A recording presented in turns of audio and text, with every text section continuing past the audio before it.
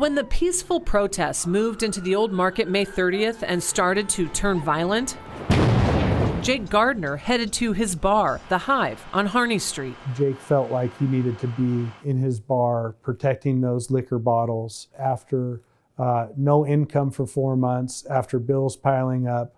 The only money he had left was the liquor on those shelves. Gardner's best friend, a fellow Marine, a brother who served with Gardner in Iraq and Afghanistan, asked us to disguise his identity for fear of retribution in this highly charged case. Well, he had 1,600 death threats. That's why he bought Gardner a plane ticket to Oregon to stay with him after Gardner fatally shot James Scurlock. Jake lived on my couch for 4 months after the shooting, and we talked about it every day. And went over every aspect of the case. He's the one Gardner was texting about 90 minutes before the deadly shooting. We are joking around. We were both infantry Marines, and that is one of the common coping mechanisms for a difficult situation. On September 23rd, Special Prosecutor Frederick Franklin said those text messages and Gardner's Facebook posts help indict Gardner on 4 felonies, including manslaughter and terroristic threats. The evidence included a text about a clear field of fire outside the Hive bar Franklin referenced in a news conference. Concerning whether or not the field of fire from inside the Hive going outside was clear. Gardner's friend tells me he sent the text, not Gardner, that said, "Feel the fire," not "field of fire." He says it was misinterpreted. It's a pun on the term field of fire.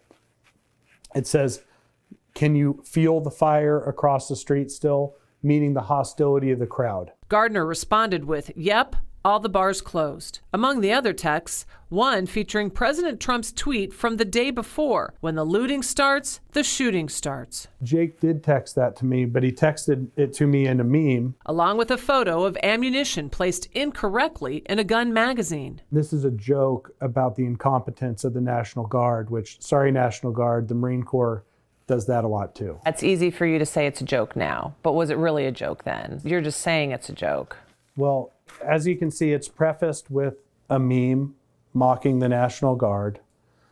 It's prefaced with him complaining about Firewatch. Soon, he says, the joking stopped when vandals arrive and started breaking windows. Gardner calls 911. 911, do you need police, fire, or medical? I've got some people looting, breaking in all the windows of my business right now. There's like a whole mob of them. I have no idea.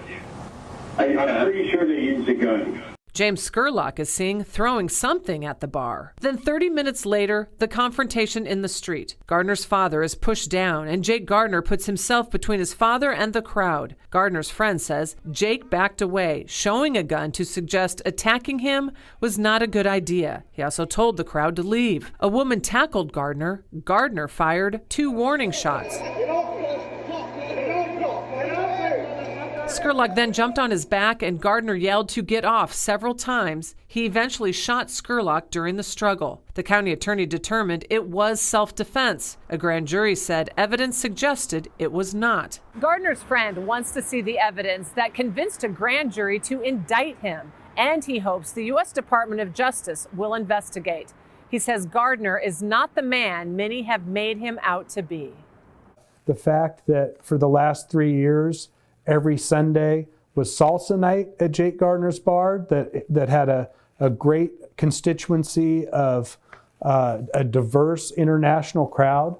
And for him to be painted as a white supremacist that was trying to target somebody is completely false.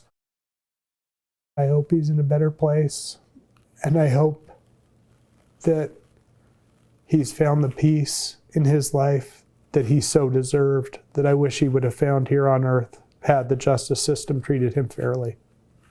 Gardner's friend tells me Gardner had 3 guns with him inside the bar the night of the protests and vandalism, not 4 as the special prosecutor outlined. He also says the shotgun was loaded with rubber bullets, non-lethal ammunition. Now, his friend tells me that he was prepared to fly back to Omaha with Jake Gardner to face those charges the same day Gardner took his own life in Oregon. Michelle Bandur, KETV, Newswatch 7.